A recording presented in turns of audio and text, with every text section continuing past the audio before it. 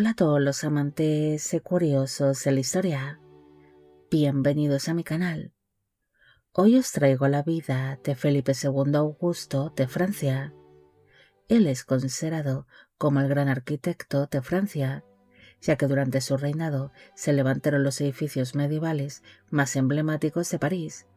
siendo un monarca que se dedicó a conquistar y a unificar distintos territorios que darían forma a la actual Francia.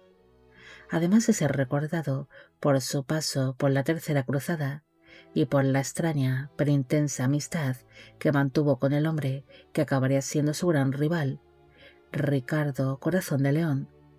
sino la gran obsesión de Felipe el acabar con la dinastía Plantagenet. Esta biografía es realizada por petición de Lucas Horst, Rhonda Fleming, Martín Tello, Lisette Yu y Nicolás Pernola. Felipe de la dinastía de los Capetos nació el 21 de agosto de 1165 en el pabellón de caza de Gonesse, en la provincia de la Isla de Francia, en el Reino de Francia. Fue hijo del rey Luis VII de Francia y de la tercera esposa de este, la reina Adela de Champaña. El matrimonio tan solo tuvo dos hijos en común, Felipe y la princesa Inés. Su llegada al mundo fue una gran alegría no solo para sus padres, sino también para el pueblo y la corte francesa, ya que existía una gran crisis sucesoria ante la falta de herederos varones, debido a que su padre había tenido anteriormente 4 hijas con sus 2 primeras esposas, las reinas Leonor de Aquitania y Constanza de Castilla, necesitando urgentemente un heredero varón que salvase a su dinastía de la extinción. Según las crónicas de la época, no estaba planeado que Felipe naciese en aquel simple pabellón de caza, adelantándose su llegada al mundo por varias semanas. Se sabe que el rey Luis VII se había retirado a aquel pabellón para disfrutar de la tranquilidad y del aire libre, siendo acompañado por su tercera esposa durante aquella estancia. Pero la reina Adela empezó a sufrir los dolores típicos del parto antes de lo esperado, y al no contar con los medios apropiados para trasladar a la reina a la ciudad de París de una manera rápida, se tuvo que improvisar un paritorio real en una de las habitaciones de aquel modesto pabellón, sufriendo así la reina Adela un parto demasiado largo, angustioso y lleno de tensión. Según las crónicas de la época, cuando Felipe llegó al mundo, su padre, el rey Luis VII, lloró de la emoción, ya que al fin había nacido su tan ansiado heredero varón, siendo el nacimiento de Felipe considerado como un gran milagro y la esperanza de la dinastía de los Capetos, siendo por ello apodado durante su infancia como dado por Dios. Su llegada al mundo también sería muy celebrada por el pueblo. Distintas crónicas relatan que en cuanto se anunció su nacimiento en plena noche, la gente salió a las calles con antorchas en mano y mostraron una gran alegría tras décadas de angustia e incertidumbre sobre el destino de la corona, celebrándolo con abrazos de alegría, con cantos y bailes en plena calle a la luz de las antorchas y de las hogueras. Pese a que muchos se alegraron de su nacimiento y lo veían como un verdadero milagro, su llegada al mundo fue con una verdadera bofetada para el rey Enrique II de Inglaterra y su esposa Leonor de Aquitania, quien era la ex esposa de Luis VII de Francia, ya que estos ansiaban la extinción de la dinastía de los Capetos, siendo visto el pequeño Felipe como una amenaza para sus intereses políticos. Según cuenta una leyenda, su padre, el rey Luis VII, tuvo un sueño profético varias semanas antes de producirse su nacimiento, donde veía a su futuro hijo sometiendo a los nobles anglo-normandos, los cuales temblaban ante él,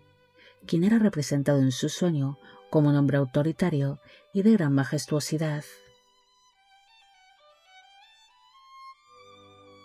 La infancia de Felipe estaría marcada por una sobreprotección que llegó a ser muy asfixiante para el niño, debido a que su padre quería protegerlo de todo al ser su único hijo varón, considerándolo su gran tesoro.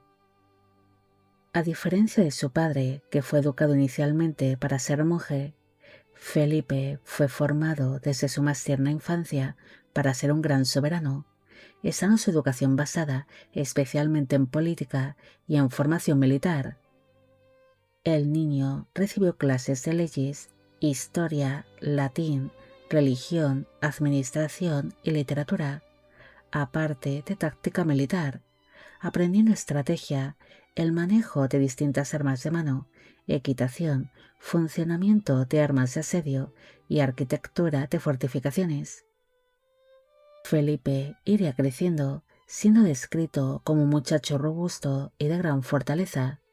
Su cabello era rubio y rizado, su mirada era penetrante e intimidante, y su rostro era armonioso, al menos desde su niñez hasta la juventud. También se decía de él que era un muchacho alegre y muy seguro de sí mismo, además de que no le gustaban los lujos, prefiriendo siempre vestir de una manera muy sencilla que le permitiese montar a caballo o a entrenar con las armas lo más cómodo posible. Felipe fue un niño fuerte, sano y alegre, que se convirtió en el gran orgullo de su padre, pero desgraciadamente un suceso que ocurrió cuando tan solo tenía 14 años de edad acabaría afectando seriamente tanto a su vida como a la de su progenitor. Un día, el príncipe se encontraba participando en una larga jornada de caza por los bosques de Compañía, y en un intento de mostrar su valentía y su destreza, se separó del grupo para dar caza él mismo a un jabalí, adentrándose en plena tarde en la espesura del bosque, pero por desgracia se acabaría perdiendo y no sabía cómo regresar junto al resto del grupo. Rápidamente, la noche se le iría echando encima, causando que el muchacho entrase completamente en pánico, poniéndose tan nervioso que empezó a correr por el bosque intentando salir de él, pero lo único que hacía era alejarse más del grupo que lo buscaba de manera desesperada. Felipe pasó la noche entera vagando por el bosque, muerto de hambre y de frío, temiendo ser en cualquier momento atacado por los lobos o por los bandidos que se escondían entre la espesura de los bosques. A la mañana siguiente, un campesino encontró al príncipe tiritando de frío bajo un árbol y en estado de shock, siendo así Felipe llevado por este hombre hasta palacio. El príncipe nunca volvió a ser el mismo tras este suceso, dejándose atrás al muchacho alegre y risueño que había sido, para convertirse en un príncipe miedoso, callado y desconfiado, que había quedado traumatizado de por vida, desarrollando desde entonces una serie de miedos y de fobias. Sus padres los reyes sufrieron mucho con la desaparición del príncipe, pero su aparición no les alivió, debido a que Felipe, tras haber pasado toda la noche a la intemperie, desarrolló una neumonía y llegó a padecer de altísimas fiebres. Según iban pasando los días, la situación del príncipe fue empeorando, llegándose a temer incluso por su vida. Por esta razón, su padre, el rey Luis VII, tras soñar con el fallecido arzobispo de Canterbury, Thomas Becket, quien había sido asesinado hacía ya algunos años por orden del rey Enrique II de Inglaterra, hizo una peregrinación religiosa hasta la tumba de dicho arzobispo, con el permiso de la corona inglesa, ya que al estar ambas coronas enfrentadas, era muy peligroso para el monarca francés el pisar suelo enemigo, permitiendo así el rey Enrique II aquella breve estancia de su enemigo dentro de sus dominios, en un intento de limpiar su imagen, debido a que su popularidad se había visto muy afectada por la muerte del arzobispo. Mientras Luis VII se encontraba en tierras inglesas, le llegó la noticia de que su hijo estaba mejorando y que ya no se temía por su vida, regresando así de inmediato a su reino. Pero pocos días después de haber desembarcado en Francia, el monarca sufrió de una severa apoplejía, causada seguramente por todo el sufrimiento que le había causado la desaparición y la enfermedad de su hijo, y por todo el cansancio que tenía acumulado. A causa de aquella apoplejía, su padre quedó con el lado derecho de su cuerpo completamente paralizado,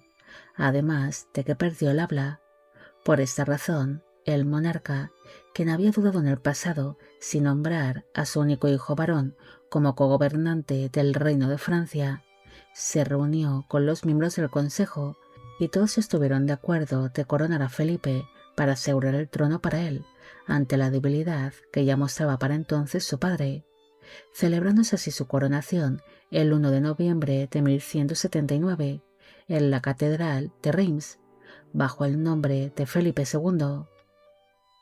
Tras ser coronado, el pequeño rey de tan solo 14 años de edad quedó bajo el control de distintos miembros del consejo,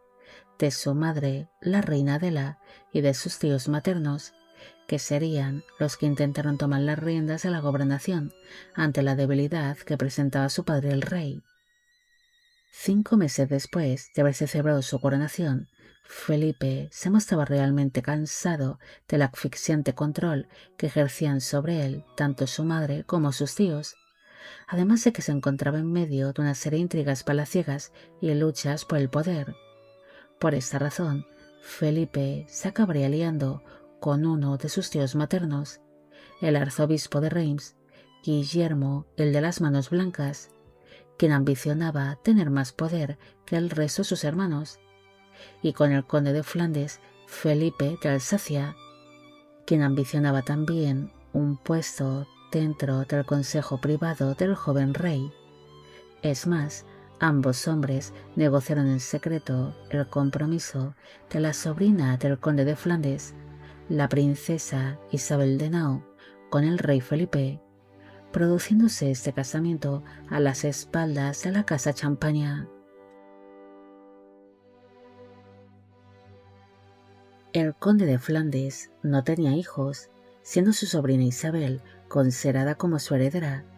así que ofreció como dote por su casamiento el condado de Artois, un territorio que pertenecía a los padres de la novia y que era ambicionado por la corona francesa, aceptando así Felipe II aquel casamiento. Su compromiso fue ideado de un día para otro, pillando esto de sorpresa a su prometida Isabel, quien poco después de haber recibido la noticia de que se iba a casar con el rey de Francia, fue obligada a partir de inmediato hasta el lugar donde se iba a celebrar su enlace, produciéndose el primer encuentro secreto entre los prometidos apenas un par de días antes de celebrarse su boda, produciéndose varios encuentros formales entre los prometidos cerca de la población fronteriza de Bapaume, donde Felipe vio por primera vez a su futura esposa, siendo para entonces Isabel tan solo una niña asustada que no sabía muy bien qué estaba pasando, mostrándose el joven monarca encantador y cercano con ella, quedando Isabel muy aliviada al comprobar que su prometido era amable, además de que tenía un buen porte y un rostro armonioso. El 28 de abril de 1180 se celebró la boda entre Felipe y la princesa Isabel en la abadía de San Nicolás de Agüés, en Francia. Para entonces, él tenía 14 años de edad en el momento de la unión, y ella tan solo 10. Aquella abadía fue elegida para celebrar su boda, porque se encontraba en la frontera con el condado de Flandes y rodeada de extensos bosques, siendo un lugar idóneo para celebrar una boda secreta a espaldas de su madre, la reina Adela, y de sus espías. Su enlace fue descrito por los cronistas de la época como una ceremonia bastante sencilla y austera, debido a que no había tiempo para preparativos ni festejos, celebrándose tan solo un banquete en el cercano castillo de Bapaume, antes de que los recién casados emprendiesen su partida hacia la ciudad de París. A los pocos días de haberse celebrado la boda, la reina Adela se enteró del casamiento de su hijo mientras celebraba una fiesta en la corte francesa en honor a la casa Champaña, algo que provocó que la reina montase en cólera y que le exigiese a su vástago que repudiase de inmediato a su esposa, pero Felipe se negó en rotundo, llevándole así la contraria a su madre, con la que mantenía una pésima relación. La reina Adela acabará huyendo de la corte para refugiarse en los dominios de sus hermanos,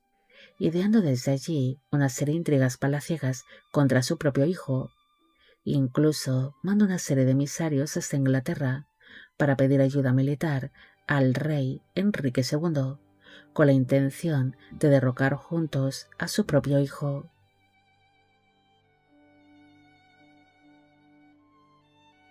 Mientras su madre organizaba una rebelión, la comitiva de los recién casados lograron llegar hasta la ciudad de París,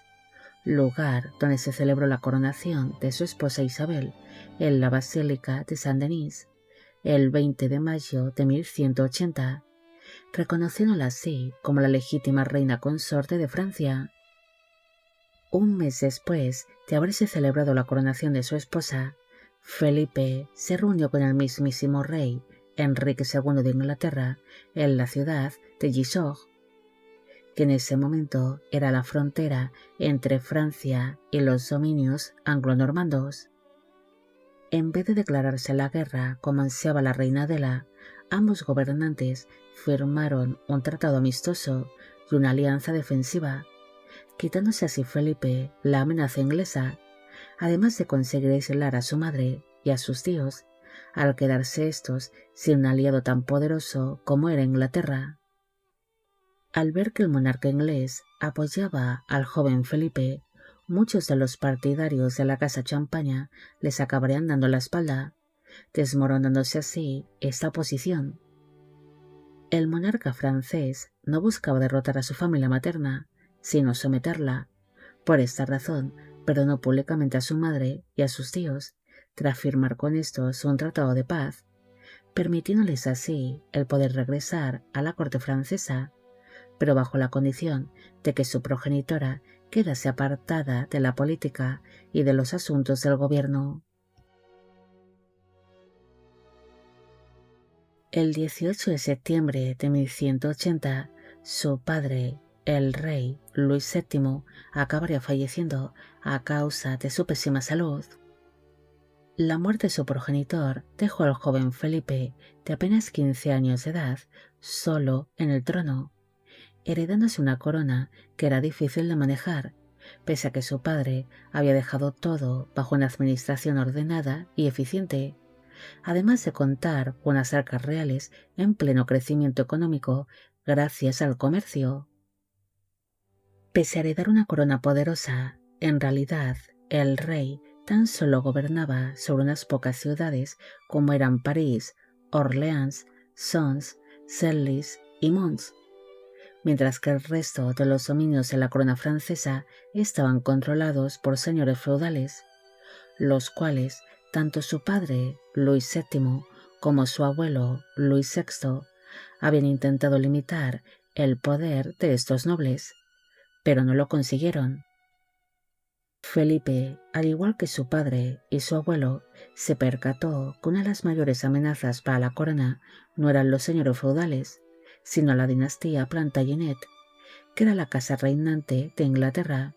los cuales tenían bajo su poder Inglaterra, Irlanda y la mitad occidental de la Francia medieval.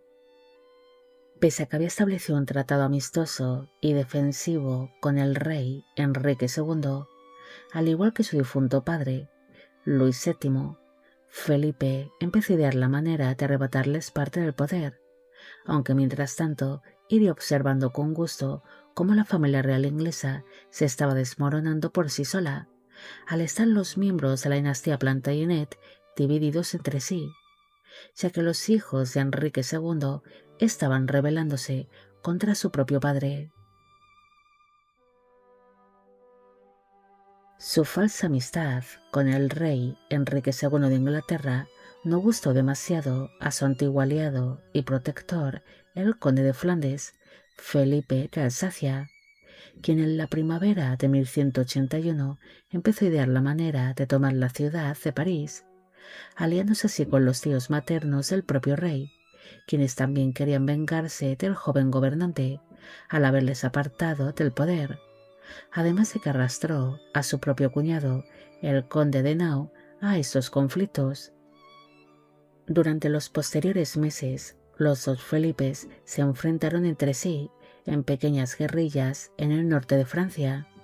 debido a que el conde de Flandes empezó a tomar una serie de castillos y arrasar los campos, con la intención de demostrar al joven rey su autoridad.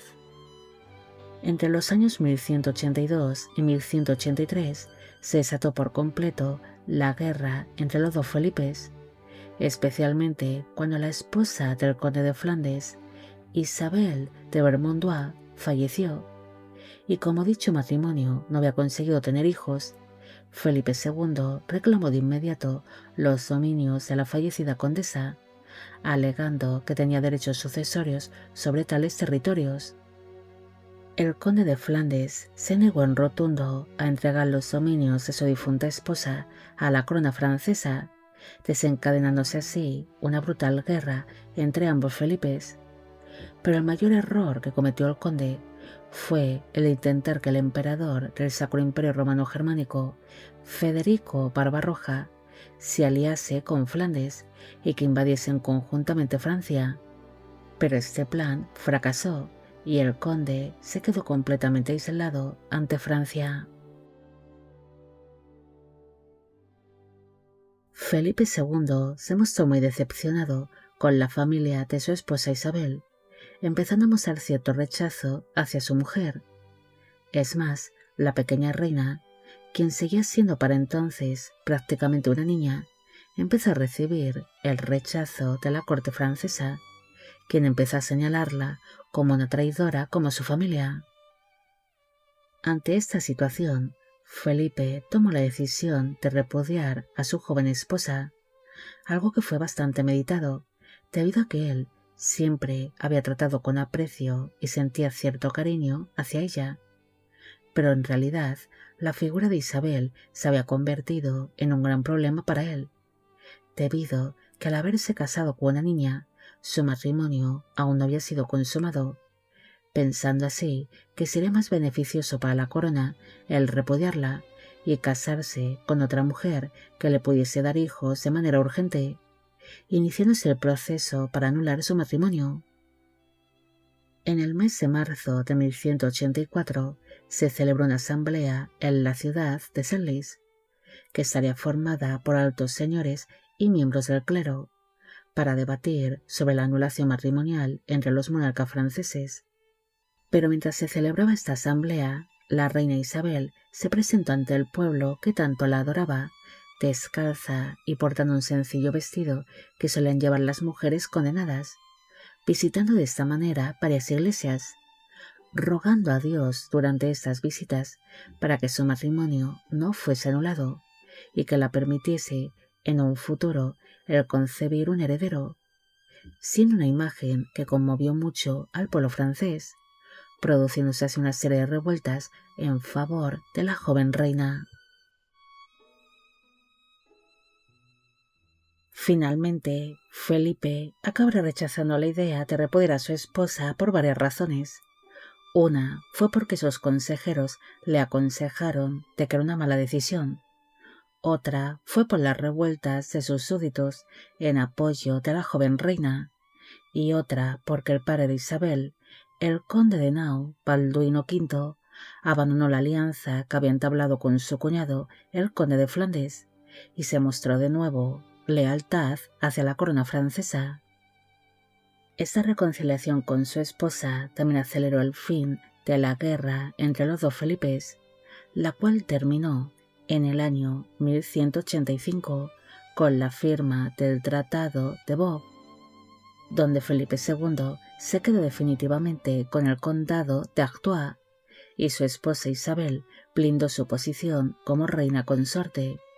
debido a que el monarca ya no tenía motivos para anular su matrimonio,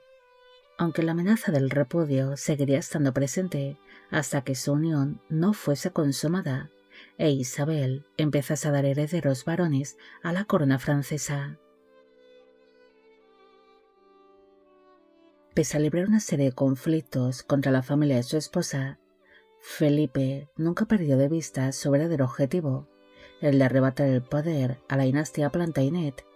iniciándose una trama que consistía en avivar las malas relaciones familiares que habían surgido entre Enrique II y sus hijos. Una de sus primeras decisiones fue la de presionar al príncipe Ricardo, el futuro rey Ricardo Corazón de León, para que se casase con la medio hermana de Felipe, la princesa Alix, también conocida como Adela, nacida fruto del matrimonio de su padre, Luis VII de Francia, con su segunda esposa, Constanza de Castilla. El príncipe Ricardo siempre se había negado a casarse con la princesa Alix, quien había sido enviada a la corte inglesa años atrás, cuando era tan solo una niña, convirtiéndose en una especie de rehén de la corona inglesa. Pero lo más turbio de todo esto es que mientras esperaba a que Ricardo se dignase a casarse con ella, Alix se convirtió en la amante del propio padre de su prometido, el rey Enrique II, algo que fue un gran escándalo. Las negativas de Ricardo le darían a Felipe una excusa perfecta para iniciar una guerra contra los ingleses, al haber roto el príncipe inglés con los tratados y las alianzas que se habían establecido entre ambas coronas, considerando un gran insulto por parte de los Plantagenet hacia la princesa Alix y la corona francesa. En su intento de desestabilizar a la familia real inglesa, Felipe II mostró su gran apoyo hacia el hijo mayor del rey Enrique II, el príncipe heredero y cogobernante de su padre, Enrique el Joven, durante aquellos conflictos entre padre e hijos. El monarca francés financió los levantamientos de dicho príncipe contra su progenitor, y pese a que su jugada parecía perfecta, para su desgracia, el príncipe Enrique falleció por culpa de la disentería mientras se encontraba participando en aquellas campañas militares contra su padre, aplastando así Enrique II al pequeño ejército que le quedaba a su difunto hijo. Tras salir el monarca inglés más fortalecido de aquellos enfrentamientos contra sus hijos, ambos soberanos se volvieron a reunir en la ciudad de Gisors en el año 1183, donde Felipe II se vería obligado a firmar un nuevo tratado donde reconocía la autoridad de Enrique II sobre los dominios que poseía la dinastía Plantagenet. Felipe II esperó pacientemente durante un año entero hasta que se le presentase una nueva oportunidad para derrotar a los Plantagenet, atrayéndose hasta él a otro de los hijos del rey Enrique II, el duque de Bretaña, Godofredo II, logrando que éste viajara hasta París y presentara vasallaje ante el monarca francés. Pero por desgracia, Godofredo acabaría muriendo poco después, mientras participaba en un torneo tras ser descabalgado por su oponente y pisoteado por los caballos. Nada más producirse la inesperada muerte de Godofredo, Felipe acercó posturas con la viuda de este, la duquesa Constanza de Bretaña, quien odiaba a su suegro, el rey Enrique II de Inglaterra, metiendo así cizaña el gobernante francés entre suegro y nuera, hasta que finalmente el ducado de Bretaña se desvinculó de la corona inglesa. Tras dos príncipes muertos, Felipe prestó atención a los dos únicos hijos varones que le quedaban a Enrique II, Ricardo y Juan sin tierra, dándose cuenta de inmediato que el gobernante inglés sentía una gran debilidad hacia este último. Así que Felipe se dedicó a extender una serie de rumores, ya fuesen ciertos o no, de que Enrique II estaba planeando apartar a su hijo Ricardo de la línea sucesoria y reconocer a Juan como su único heredero. Estos rumores, que ya llevaban tiempo circulando, ocasionaron que Ricardo se mostrase muy furioso con su padre y con su hermano pequeño, acercando así posturas con Felipe, quien le mostró su apoyo en aquellas disputas familiares. Felipe demostró que superaba en astucia al impulsivo Ricardo Corazón de León, dominándole rápidamente, consiguiendo que éste dejase de librar una serie de enfrentamientos contra los aliados y los vasallos de la corona francesa en los territorios que actualmente forman parte de Francia.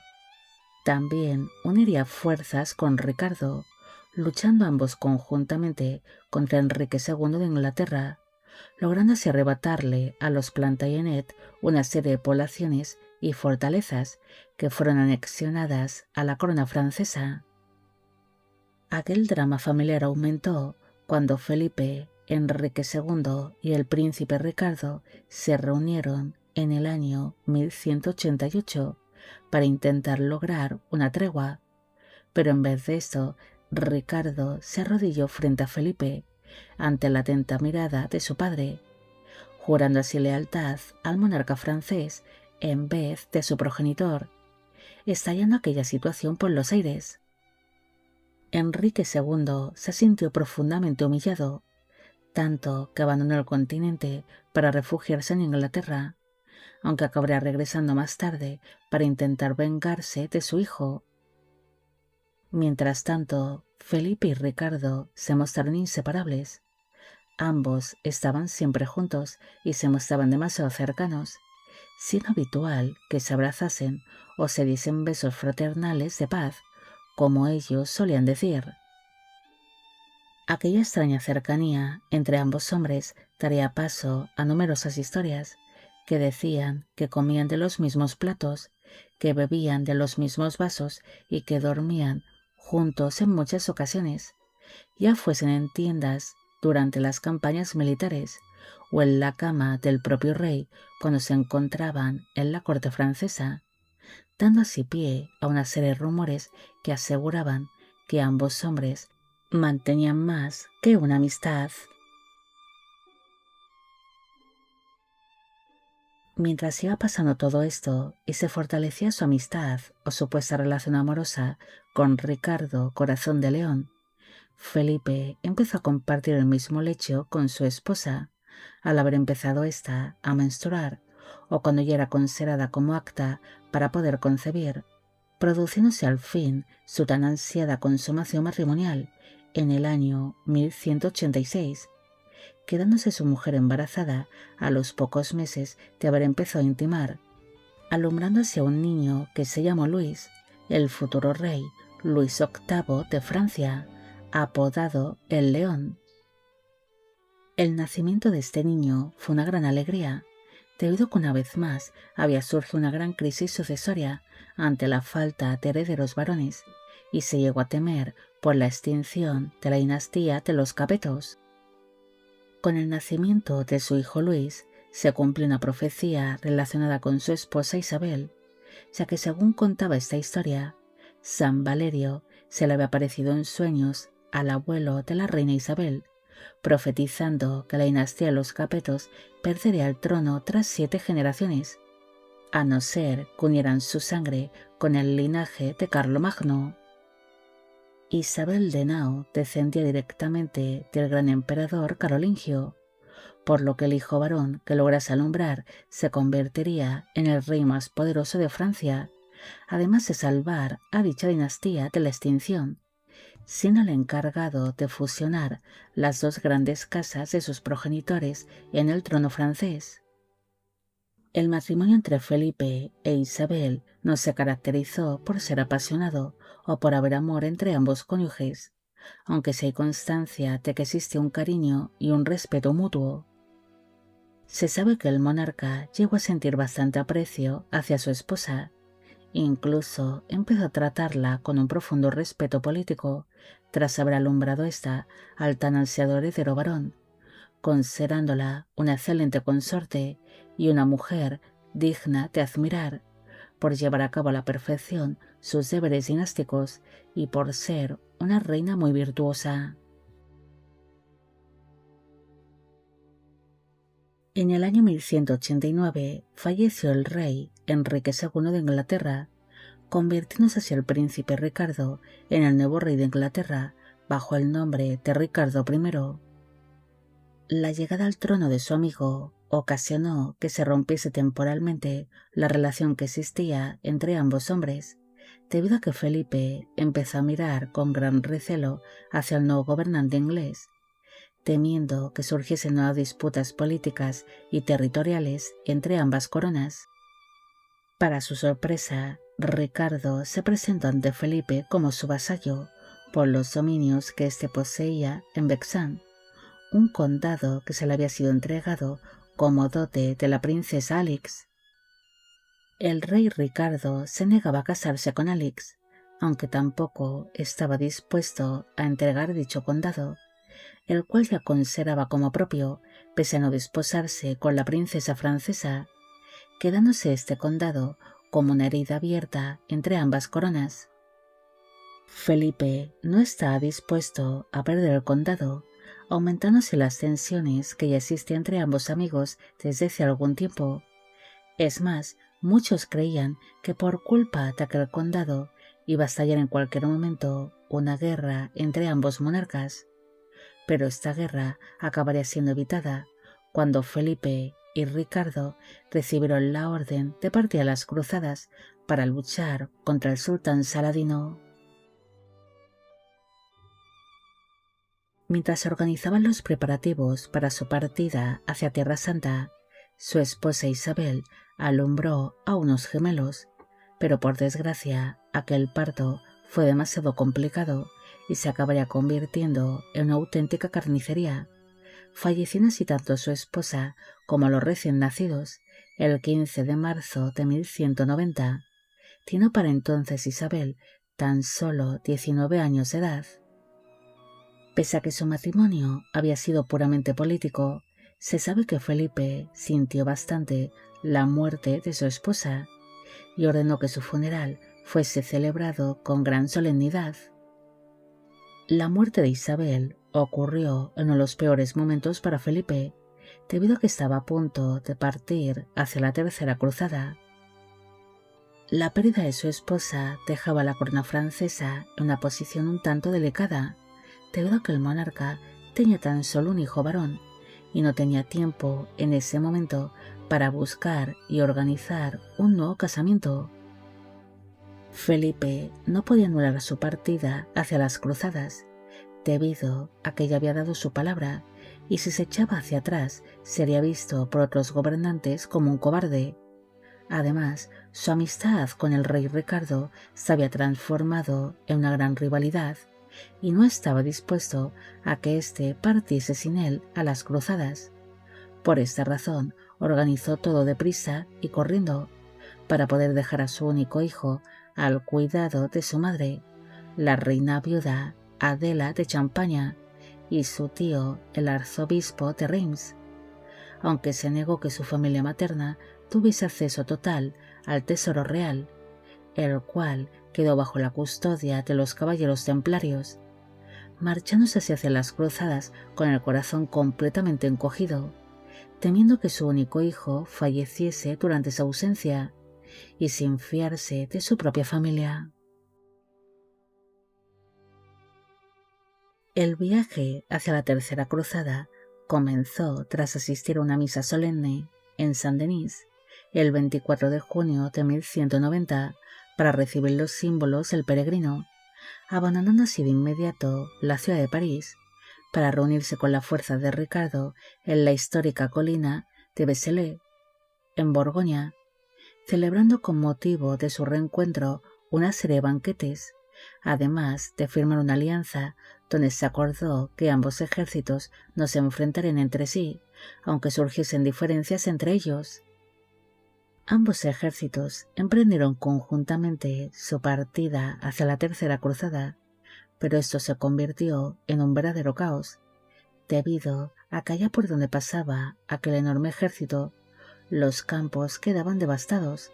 las poblaciones se quedaban sin suministros y los pozos quedaban completamente secos. Además, a su paso por un puente de madera cercano a la ciudad de Lyon, este colapsó ante todo el peso que tuvo que soportar,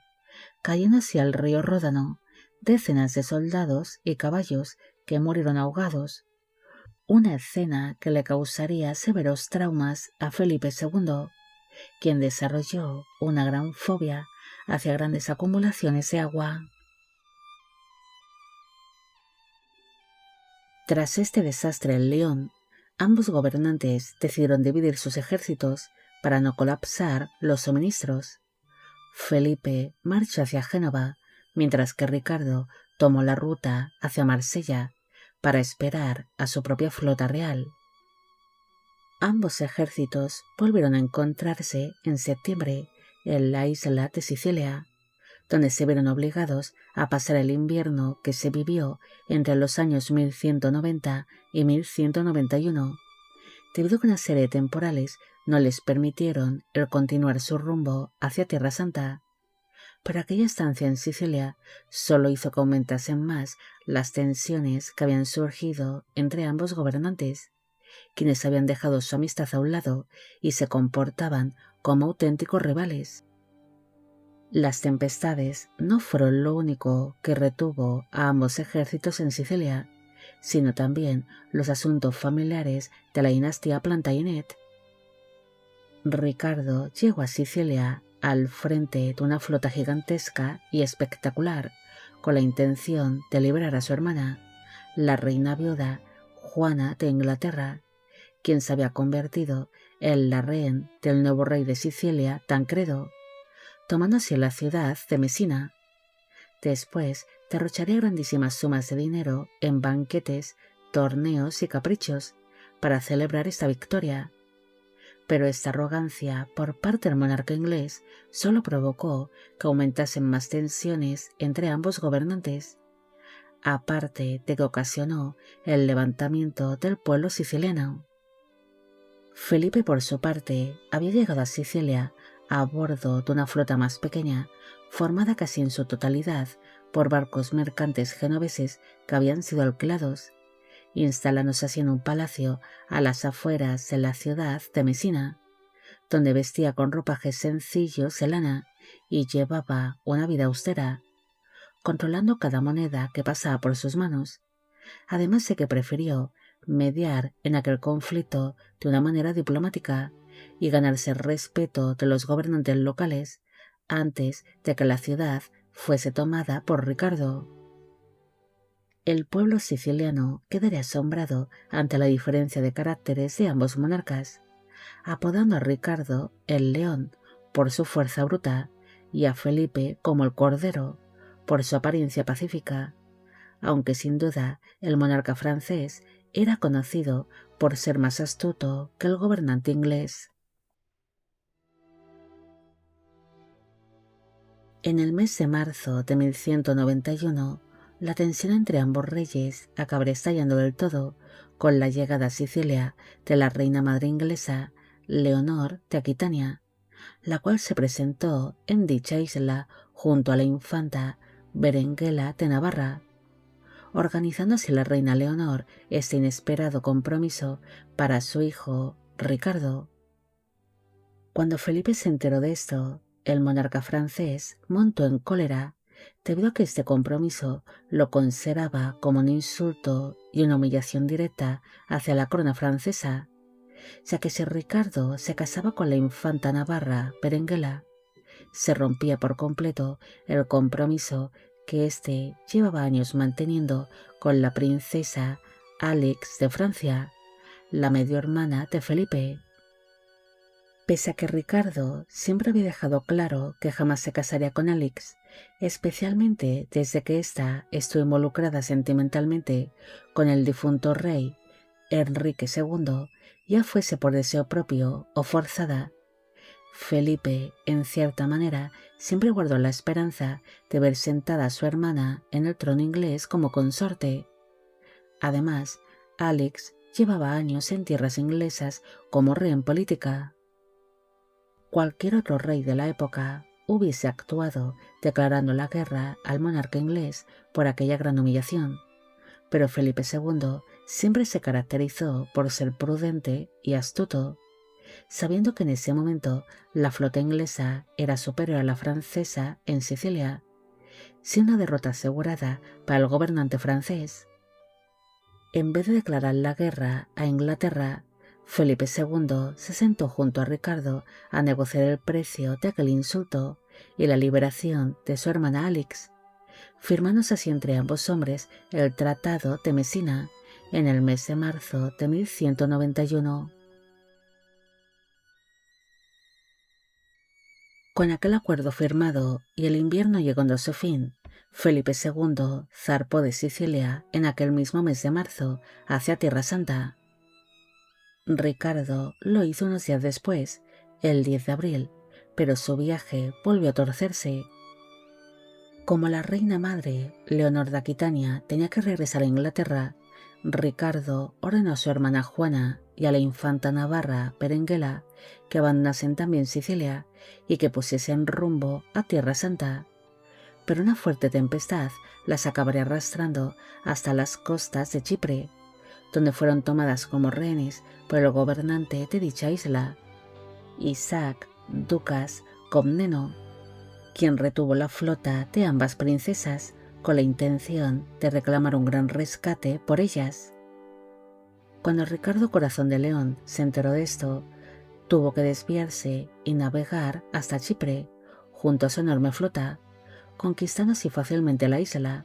además de casarse allí mismo con su prometida Berenguela. Posteriormente, todos ellos pondrían rumbo hacia Acre para reunirse con las tropas francesas. Mientras el rey Ricardo se encontraba ocupado en Chipre, Felipe y sus hombres llegaron a las inmediaciones de la ciudad de Acre en el mes de abril de 1191, encontrándose con una situación realmente catastrófica, al encontrarse a los caballeros cruzados que llevaban casi 2 años allí, luchando contra Saladino en pésimas condiciones,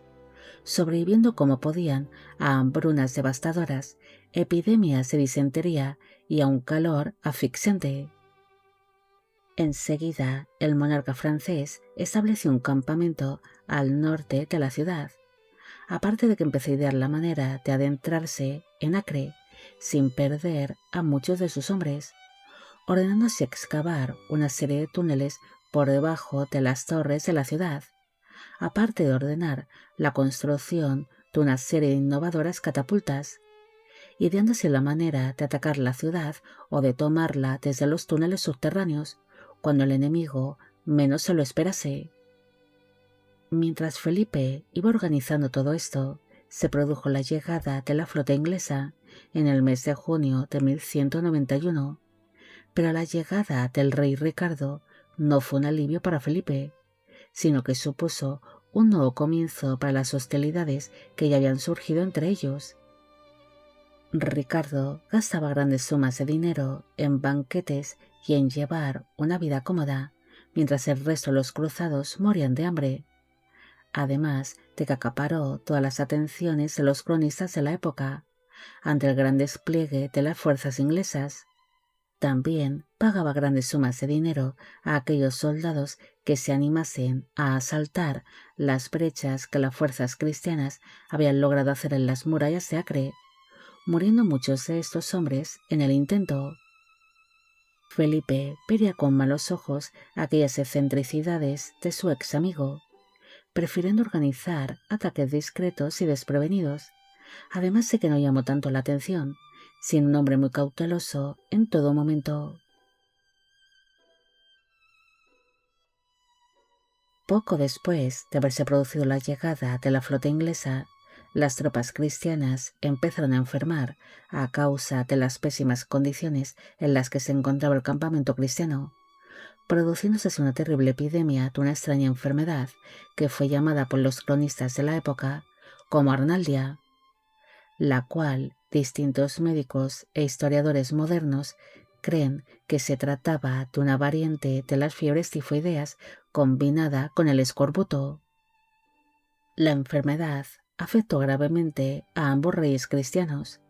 pero mientras Ricardo la pasó de una manera más leve, permitiéndole incluso el seguir estando presente en las trincheras cristianas, Felipe enfermó de gravedad, tanto que se llegó a temer por su vida,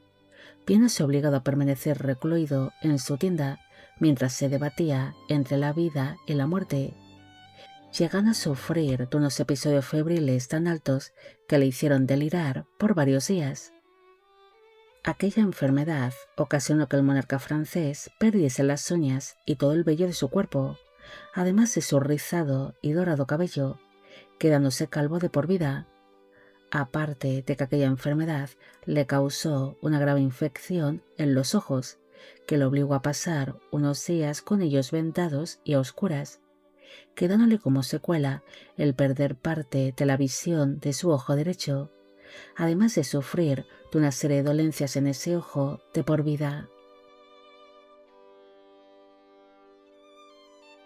En medio de este calvario, la guerra contra los musulmanes continuaba. El sultán Saladino, consciente de que ambos reyes cristianos se encontraban enfermos, intentó desmoralizarlos para que se retirasen junto a sus tropas,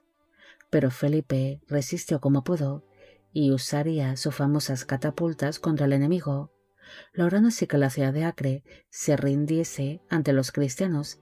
al quedar los musulmanes muy afectados ante el constante bombardeo de las catapultas francesas.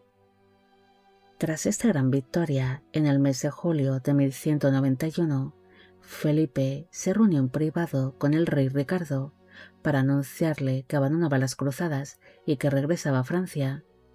tomándose el monarca inglés muy mal aquella noticia,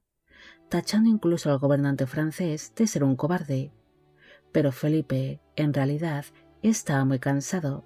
y aún se estaba recuperando de una enfermedad que le había dejado serias secuelas. Además, Ricardo había iniciado una serie de hostilidades con distintos gobernantes alemanes que se encontraban participando también en aquellas cruzadas, y no quería estar en medio de tales disputas. Antes de partir a Francia, Felipe tuvo que firmar con Ricardo un nuevo tratado, donde el monarca francés se comprometía a no atacar los dominios de la corona inglesa, debido a que Ricardo no se fiaba para nada de él. Felipe II regresó a París a finales de 1191. Encontrándose viudo y con un único hijo varón que tiene una salud un tanto delicada, sus consejeros le animaron a contraer un nuevo casamiento para intentar traer al mundo a más hijos varones que asegurasen la sucesión del trono francés. De entre todas las candidatas que se le fueron presentadas, el monarca acabó eligiendo a la princesa Isambour de Dinamarca, hija del rey Valdemar I de Dinamarca. Este compromiso sería bastante beneficioso para la corona francesa, debido a que los franceses no contaban con apenas barcos, viéndose obligados a alquilarlos a otros estados europeos para poder formar una flota decente. Así que su prometida podría entregarle una importante flota como parte de su dote. Otra razón es que la familia real danesa aún tenía derechos sucesorios sobre el trono inglés al ser descendientes del rey Sven I, quien llegó a ser rey de Dinamarca, Noruega y de Inglaterra, algo que permitiría a Felipe o a los hijos que pudiese tener con Isambour el reclamar el trono inglés. Otra razón es que el rey Valdemar I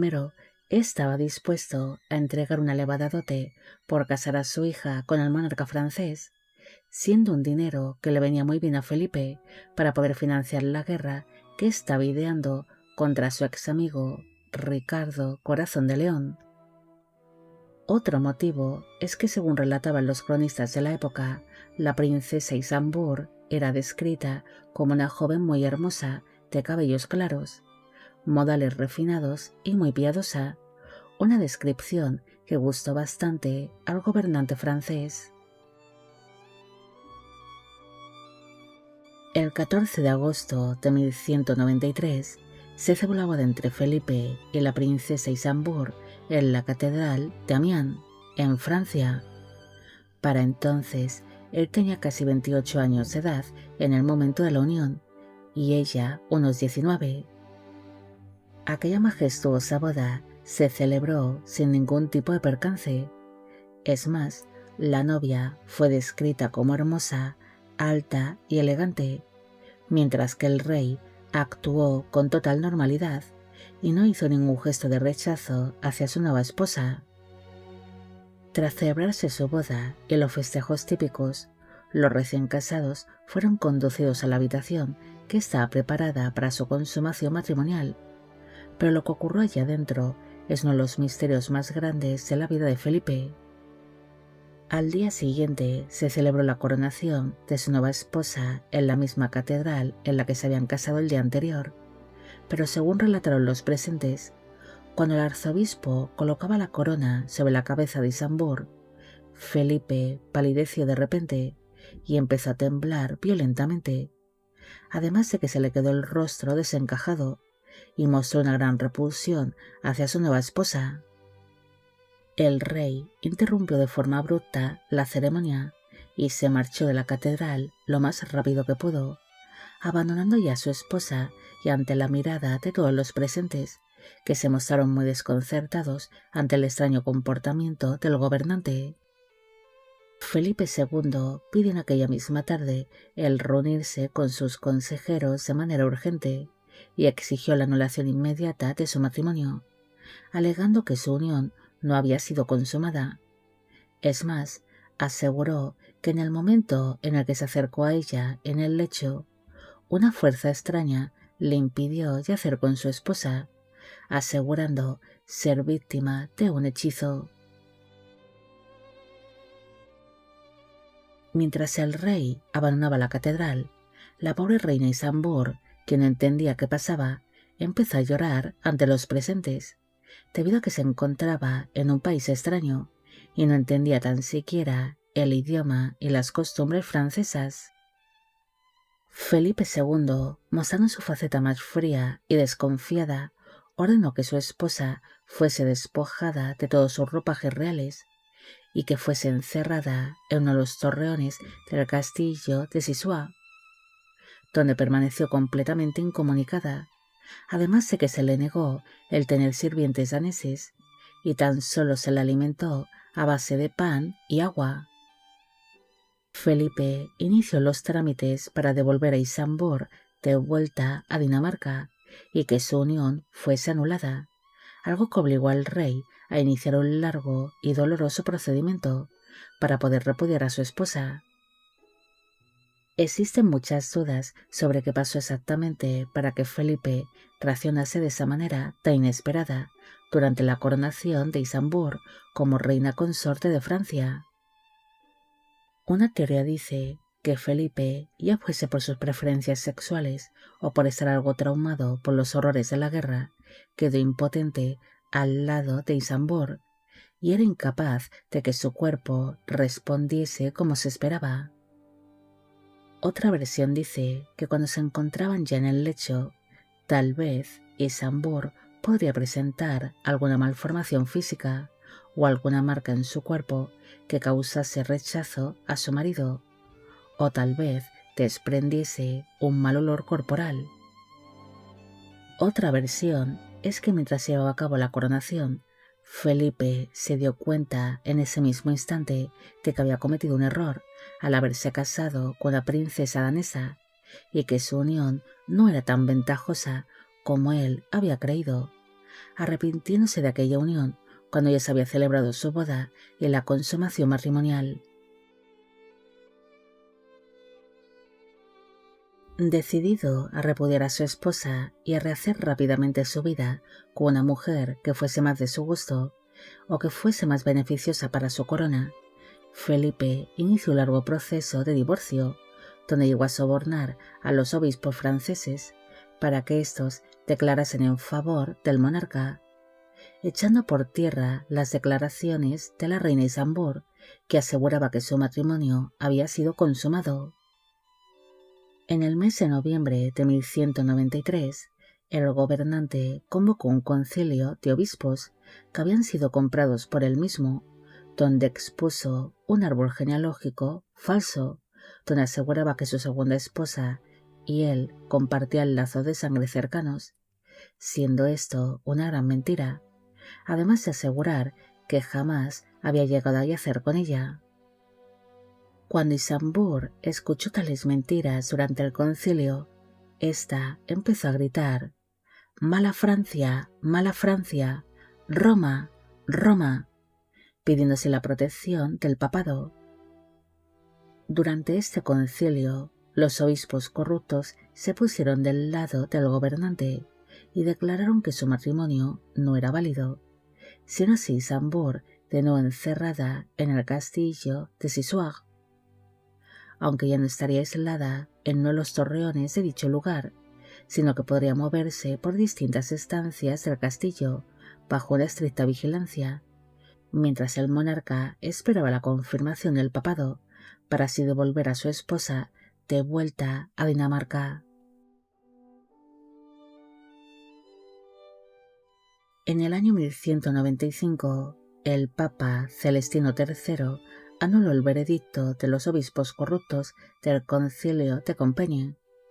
declarando el matrimonio entre Felipe e Isanbur como totalmente válido. El gobernante francés se mostró realmente furioso con la decisión del papado,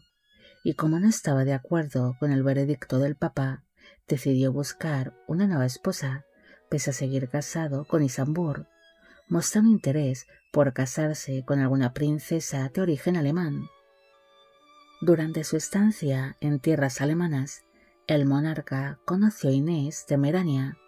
una joven noble bávara que captaría toda su atención, quedando realmente fascinado con su belleza y encanto, decidiendo así el convertirla en su tercera esposa. El 1 de julio de 1196 se hizo la boda entre Felipe e Inés en la ciudad de París. Para entonces él tenía 30 años de edad en el momento de la unión y ella 21. La llegada de Inés a la corte francesa no fue bien vista ni por los partidarios de la reina Isanbur ni por algunos miembros del clero, sino declarada su unión como inválida, además de que se negaban a reconocerla como la nueva reina consorte de Francia, siendo declarado Felipe como culpable de cometer bigamia. Pese a que su matrimonio no era aceptado por muchos, se sabe que Felipe se mostró como un hombre que estaba profundamente enamorado de su tercera esposa, unos sentimientos que parecían ser correspondidos, mostrándose ambos cónyuges muy apasionados. Es más, muchos cronistas de la época aseguraron que Inés fue el gran amor del soberano, ya que con ella se mostraba realmente feliz y pletórico, entregándole así su tercera esposa el amor y la estabilidad que él tanto había buscado. Tras casarse con Inés, Felipe buscó una vez más la anulación de su anterior matrimonio, intentando así sobornar a Isanbur para que ingresase voluntariamente en un convento como monja, algo que anularía de inmediato su matrimonio, sin necesidad de la mediación de un pontífice o de un concilio. Pero la reina se negó. El monarca, una vez más, se mostró muy furioso. Por esta razón, para castigarla, ordenó sacarla del castillo de Sisuag, donde Isanbur vivía tranquila junto a sus sirvientes, para encerrarla en la abadía de Saint-Maur de Fossé, sometiéndola allí a un duro aislamiento. En el año 1198, Inocencio III se convirtió en nuevo Papa de Roma, y al igual que su antecesor, Celestino III, declaró inválido el matrimonio que Felipe había contraído con Inés de Merania, asegurando que su única esposa legal era Isanbur, ordenando así que el monarca se separase de inmediato de su amada Inés y que reanudase la convivencia con Isanbur. Felipe II se negó en rotundo a separarse de la mujer que amaba y desobedeció las órdenes del nuevo papa, algo que ocasionó que Inocencio III se mostrase realmente enfadado con el monarca francés. Ante su gran desobediencia, el pontífice impuso en el año 1200 uno de los castigos eclesiásticos más temidos para un gobernante de la época, el interdicto sobre el reino de Francia, donde la Iglesia Católica Francesa se declaró en completa huelga durante meses, prohibiendo así que se celebrasen misas, bautizos, bodas o entierros en todas las iglesias y catedrales de Francia, siendo por ejemplo los muertos enterrados en simples zanjas al estar cerrados los cementerios, o que los moribundos no pudiesen recibir la extrema unción, algo que ocasionó que el pueblo francés, que era profundamente supersticioso, entrase en pánico, produciéndose una serie de levantamientos en contra del rey. Ante aquella gran presión social, Felipe II finalmente accedió a los deseos del pontífice, pero en vez de separarse de manera oficial de Inés, la escondió en el castillo de Poissy, donde la visitaría en secreto, mientras fingía una reconciliación con Isambour. Para entonces, Inés de Merania ya le había dado 2 hijos al rey, María, quien llegó a ser duquesa consorte de Brabante, y Felipe Urepel, que llegó a ser conde de Clermont. Inés se encontraba embarazada por tercera vez cuando fue escondida en el castillo de Poissy, y pese a que Felipe la visitaba de vez en cuando, ella se mostró sumamente triste, afectándole esto tanto física como mentalmente. Finalmente, su tercera esposa acabaría alumbrando a un niño que se llamó Juan Tristán, pero madre e hijo fallecieron a las pocas horas de haberse producido el alumbramiento, al haber sido un parto demasiado complicado. Felipe II se mostró roto de dolor cuando se enteró de la muerte de su hijo recién nacido y de su tercera esposa, a la cual había amado con toda su alma, siendo algo muy doloroso para él. Tras producirse la trágica muerte de Inés, el monarca inició un largo proceso con la Iglesia, con el fin de que el papado reconociese a los hijos que el gobernante había tenido junto a su tercera esposa como legítimos,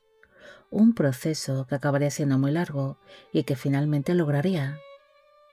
Felipe volcó todo el dolor y la ira que le había causado la muerte de su amada Inés en Isambour, iniciando de nuevo el proceso de divorcio, pero como el tribunal eclesiástico se negó a anular su matrimonio, ordenó encerrar de nuevo a Isambour, pero en esta ocasión en el terrible torreón del castillo de Étampes, un lugar donde la reina sufriría de numerosas penurias, siendo su cautiverio aún más duro. Se sabe que durante los posteriores años el monarca intentó nuevamente que Isambour ingresase voluntariamente como monja en un convento para invalidar de inmediato su unión, pero pese a sufrir mucho durante su encierro, la reina se negó en rotundo, algo que hacía enfadar mucho a Felipe,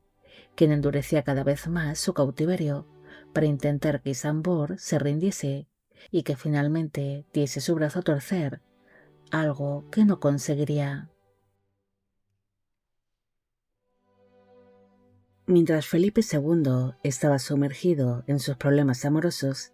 también desplegó una serie de redes de espionaje más brillantes de Europa, estando así pendiente de lo que iba sucediendo tanto en Inglaterra como en las cruzadas. En el invierno de 1192, Ricardo Corazón de León inició su regreso desde Tierra Santa, pero por culpa de una serie de tempestades que hundieron su barco, el monarca inglés se vería obligado a cruzar parte de Europa de incógnito, disfrazado de un humilde mercader, pero acabaría siendo descubierto cerca de la ciudad de Viena y fue capturado por el duque Leopoldo V de Austria, quien ya se la tenía jurada al monarca inglés, debido a que durante el asedio de la ciudad de Acre, Ricardo le había faltado el respeto públicamente al arrojar su estandarte ducal a un foso de basura. El duque Leopoldo acabaría entregando a Ricardo al emperador del Sacro Imperio Romano Germánico, Enrique VI, quien ordenó encerrarlo en la fortaleza de Trifels. Cuando Felipe II se enteró de que su gran rival estaba encarcelado por orden del emperador Enrique, estalló de alegría y celebró dentro de la corte una serie de festejos para celebrarlo. Incumpliendo de inmediato con el tratado que había firmado con Ricardo antes de su partida de Tierra Santa, Felipe se puso en contacto con el hermano menor de Ricardo, el príncipe Juan sin Tierra, quien se encontraba en Inglaterra, ambicionando el poder hacerse con el trono de su hermano encarcelado. Juan viajó en secreto a París en la primavera de 1193 y firmó una alianza con Felipe II, donde el monarca francés apoyaba las pretensiones de Juan de usurpar el trono inglés, y a cambio el príncipe le entregaría el control inmediato de la Alta Normandía, de la fortaleza de Gisors y del condado de Vexin. A Felipe no le interesaba que Ricardo saliese de aquella fortaleza en la que permanecía encarcelado. Por esta razón, le ofreció al emperador Enrique VI grandes sumas de dinero para que alargase el cautiverio de Ricardo o para que le entregase su custodia a la corona francesa. Pero mientras el monarca francés iniciaba estos acuerdos con el emperador alemán, la reina madre, Leonor de Aquitania, fue más rápida y astuta que él, pagando rápidamente el rescate que el emperador exigía para liberar a su hijo, algo que permitió a Ricardo el poder salir de aquella fortaleza en el mes de febrero de 1194. Cuando los espías de Felipe II le avisaron de la liberación de su rival, este mandó un mensaje urgente al príncipe Juan sin Tierra, y según cuentan las crónicas, las palabras que utilizó en este mensaje fueron las siguientes: «Ten cuidado, abre los ojos, el diablo anda suelto». Juan abandonó de inmediato sus planes de rebelión y corrió a arrodillarse ante su hermano en cuanto éste desembarcó en Inglaterra, pidiéndole perdón y entregándole la cabeza de los conspiradores franceses. Ricardo Corazón de León regresó al continente en el mes de mayo de 1194, con un único objetivo en mente, el de destruir a Felipe II y recuperar los dominios normandos que su hermano Juan había entregado a los franceses durante su cautiverio, produciéndose así durante los posteriores años una serie de violentos conflictos como nunca antes habían vivido en tales regiones. Pese a que Felipe superaba a Ricardo en astucia, el monarca inglés era superior a él como líder militar, algo que demostró durante la batalla de Fréteval, donde Felipe II tuvo que abandonar su campamento militar ante el temor de ser capturado por el enemigo, abandonando así parte del tesoro que se había llevado consigo para poder financiar sus tropas, además de numerosos documentos y sellos reales, los cuales cayeron entre las manos de los ingleses. Ante este gran desastre administrativo, el monarca francés decidió fundar el primer Archivo Nacional de Francia, para no tener que llevarse al frente los informes y documentos que tenía que revisar, quedando esos a buen recaudo en París. Mientras Felipe se centraba en tales tareas administrativas, Ricardo ordenó levantar en Normandía una de las fortalezas más avanzadas de la época, el castillo de Gaillard, siendo una verdadera maravilla de la ingeniería militar, burlándose de los franceses con tal construcción, al asegurar que estos serían incapaces de tomarlo, además de que con él bloqueó el paso de las tropas francesas hacia tierras normandas. En el año 1198 se libró la batalla de Courcelles, donde los franceses fueron derrotadas por las fuerzas inglesas. Durante su huida, el puente que cruzaba el río Epte se hundió debido al peso excesivo de las armaduras de los caballeros que intentaban huir, y el propio Felipe II estuvo a punto de morir ahogado en aquel río, teniendo que ser sacado del agua por sus propios guardias. Aquel episodio fue muy traumático para el monarca francés, debido a que él temía mucho a las grandes concentraciones de agua, así que el hecho de morir casi ahogado fue uno de los peores momentos de su vida y donde más miedo pasó. Felipe iría viendo cómo sus tropas eran derrotadas por sus enemigos ingleses y cómo sus castillos fronterizos eran tomados fácilmente, teniendo que gastar mucho dinero en contratar a mercenarios. Cuando el gobernante francés creía que casi todo estaba ya perdido, su enemigo, Ricardo Corazón de León, falleció en la primavera de 1199, tras haber sufrido una larga agonía, debido a que el rey inglés fue alcanzado mortalmente por una flecha, mientras se encontraba supervisando una de las trincheras en el castillo de Chaillot-Chabrol. Al morir el rey Ricardo sin hijos, la corona inglesa pasó al hermano pequeño de este, el príncipe Juan sin tierra, quien pasó a ser conocido como Juan I de Inglaterra. Ante la llegada del nuevo rey al trono inglés, Felipe empezó a tener algo más de esperanza,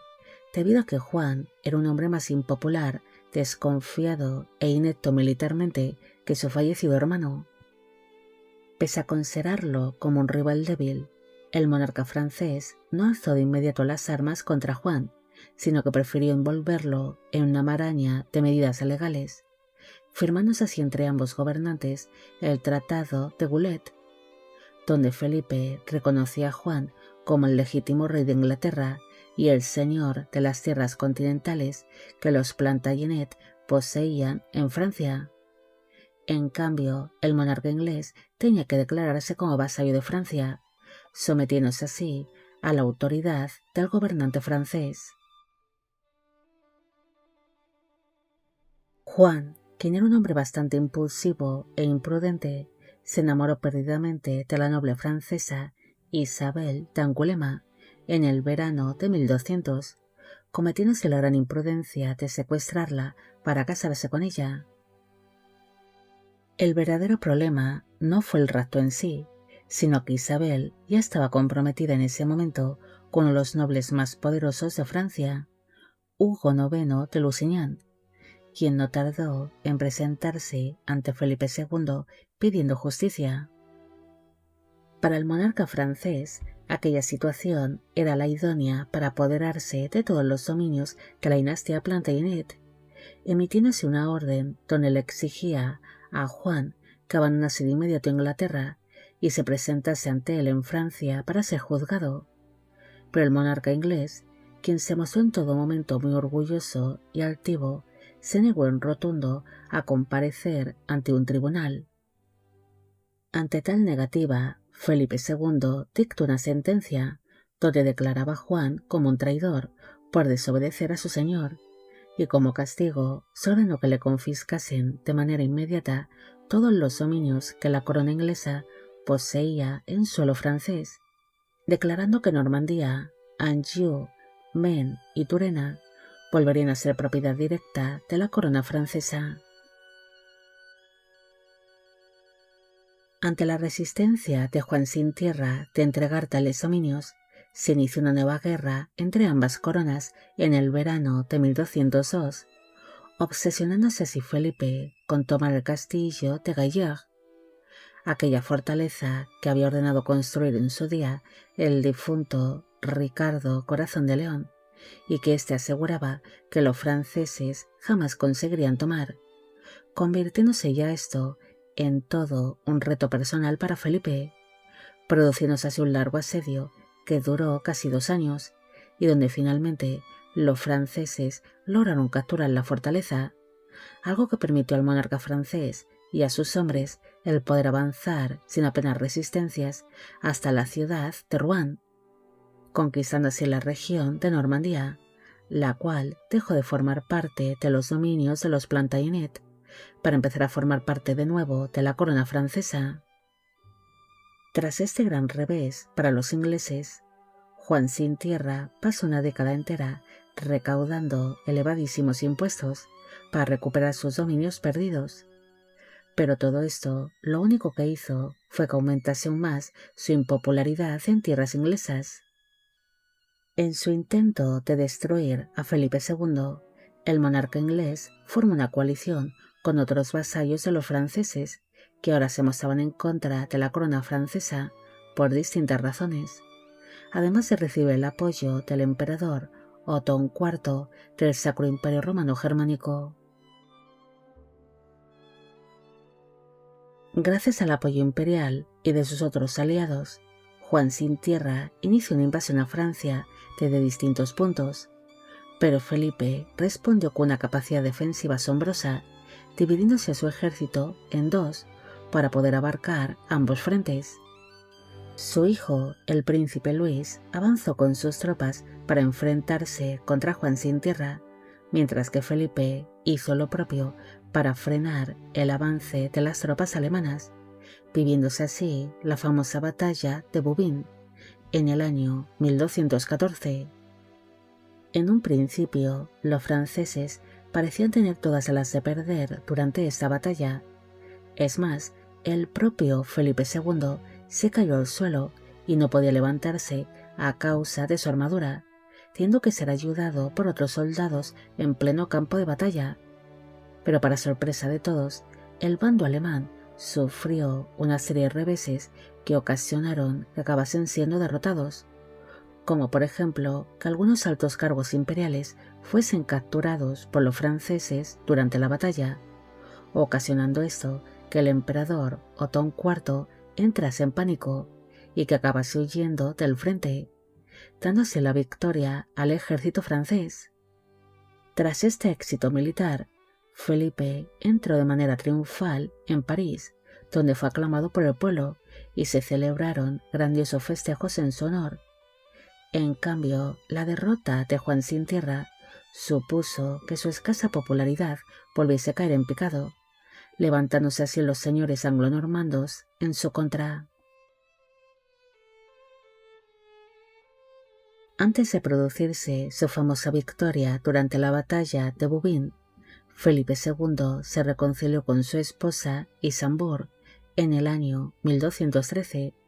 aunque solo fue una farsa para conseguir el apoyo del papado durante sus conflictos contra Inglaterra y el Sacro Imperio.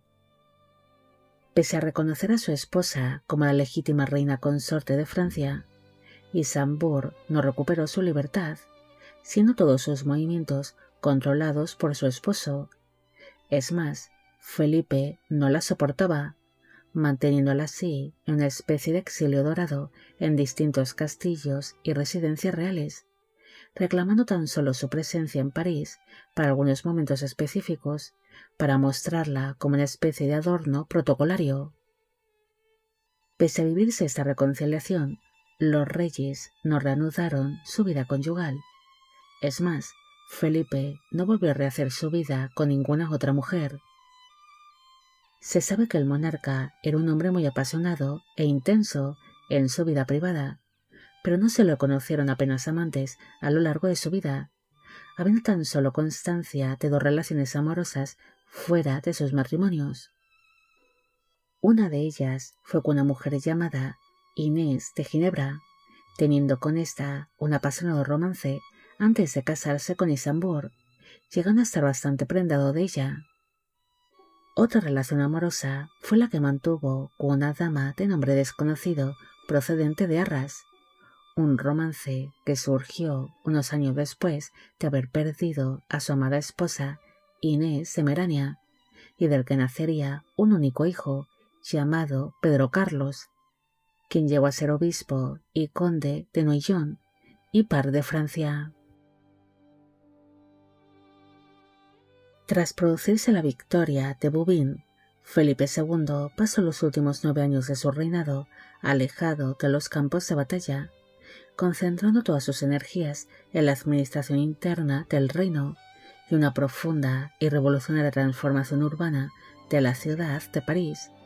convirtiendo la villa medieval en una auténtica capital monumental digna de la potencia europea que acababa de fundar. Una de las anécdotas más célebres de esta faceta de su vida relata que un día, mientras el rey se encontraba asomado en una de las ventanas del palacio de la ciudad, observando la vida cotidiana de su pueblo. El paso de las ruedas de los carros levantó una capa de fango acumulado en las calles, que desprendió un olor tan nauseabundo, pestilente e insoportable, que provocó que el monarca sufriera náuseas y tuviera que retirarse al interior de sus estancias. Asqueado por la suciedad, Felipe II dictó una ordenanza revolucionaria que obligó a pavimentar con grandes y gruesas losas de piedra todas las calles principales, plazas y mercados de París, acabando con el barro, las infecciones y las aguas fecales estancadas. Felipe también se dedicó a levantar murallas y fortalezas en distintos puntos de su reino para evitar futuras invasiones anglo-normandas y alemanas, ordenándose levantar el conocido muro de Felipe II Augusto en París. También ordenó crear fosos en distintos castillos y fortalezas,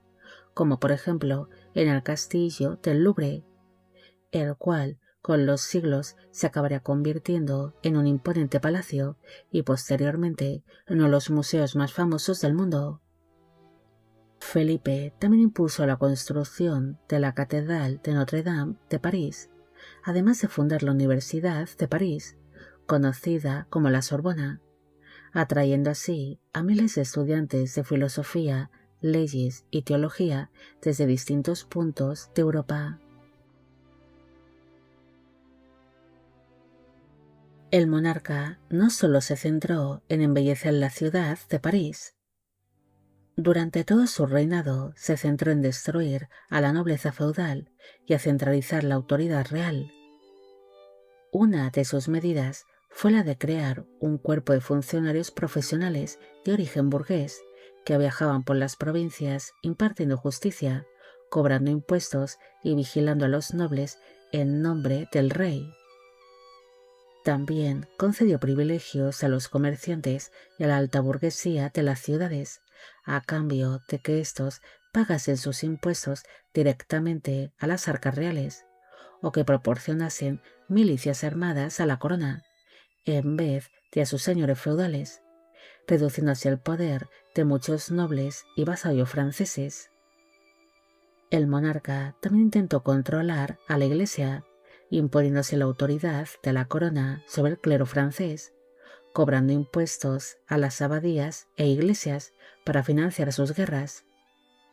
Felipe es especialmente recordado por ser el responsable de cambiar durante su reinado el título de rey de los francos por el de rey de Francia,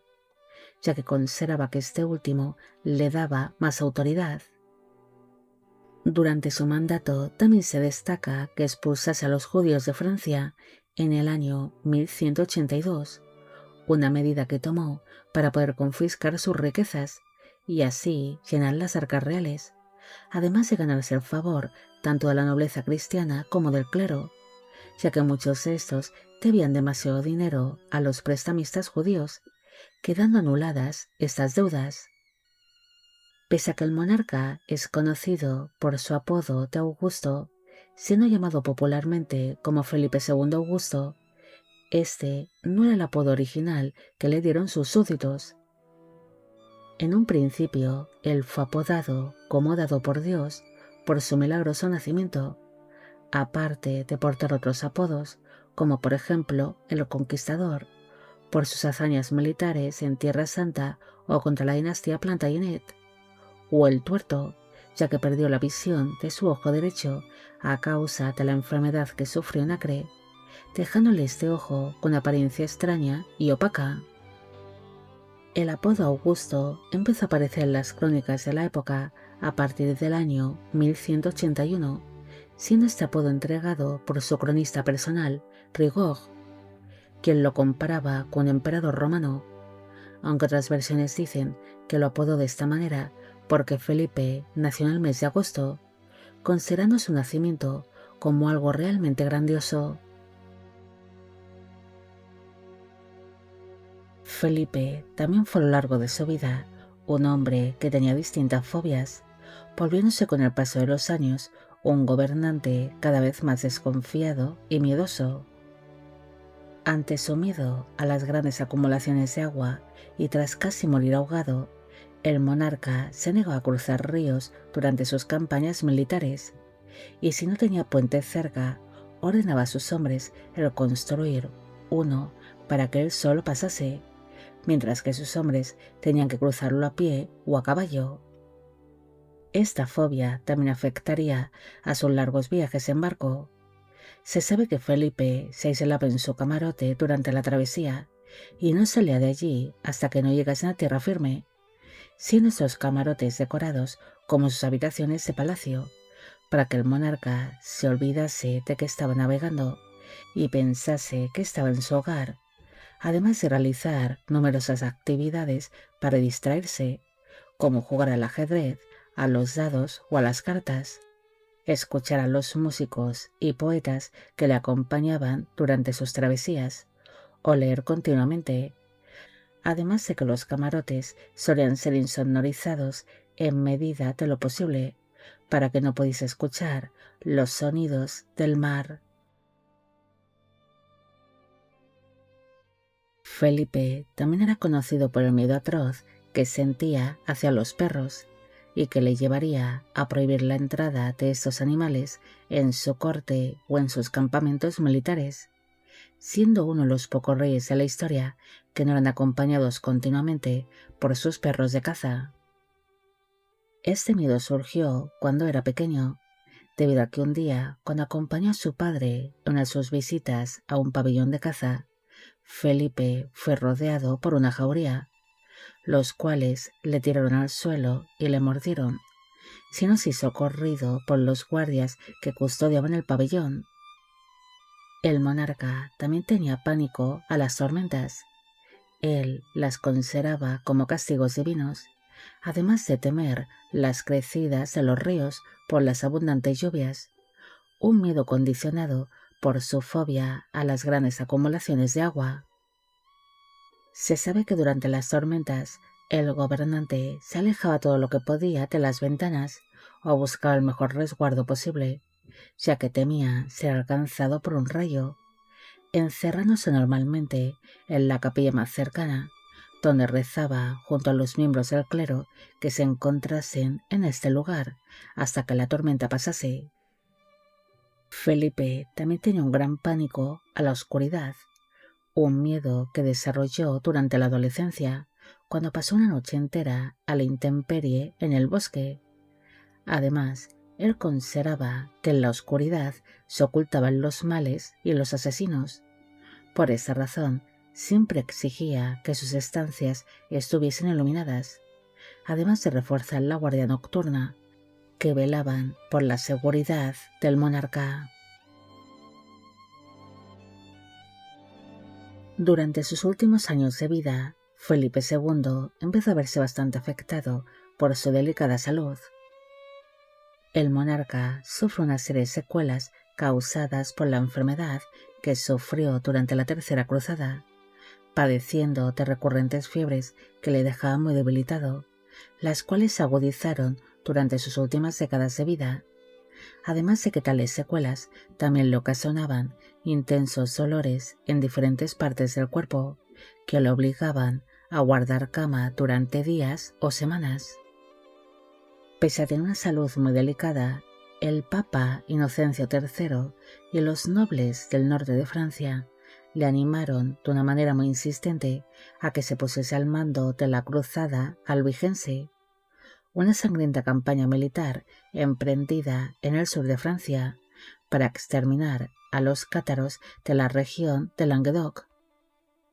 Pese a que muchos caballeros y soldados esperaban ver al monarca al frente de sus tropas, este se negó a marchar al sur, asegurando que su salud no le permitía el poder realizar largas campañas militares y que prefería quedarse en el norte de Francia para vigilar las zonas fronterizas de la amenaza Plantagenet, aunque en realidad se cree que el monarca no quería perder la vida en tales campañas, prefiriendo que los señores feudales se desgastasen durante tales campañas y así apoderarse después de sus dominios. En el año 1222, consciente de que su salud estaba ya muy debilitada, Felipe II centró todos sus esfuerzos en dejar los asuntos del reino perfectamente ordenados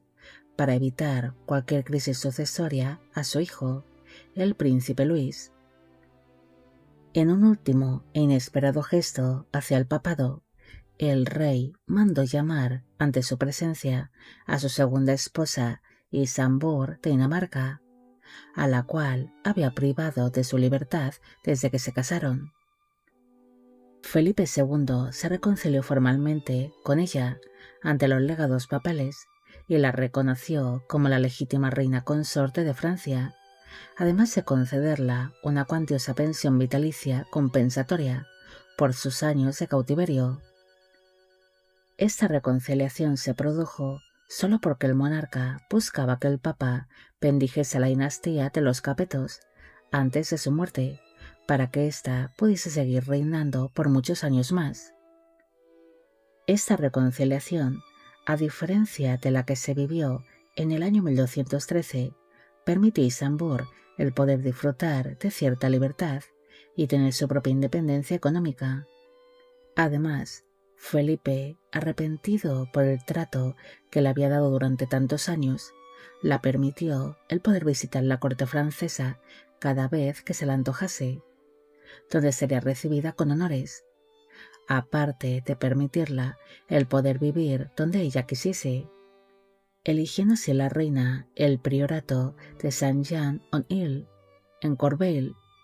que era un monasterio fortificado.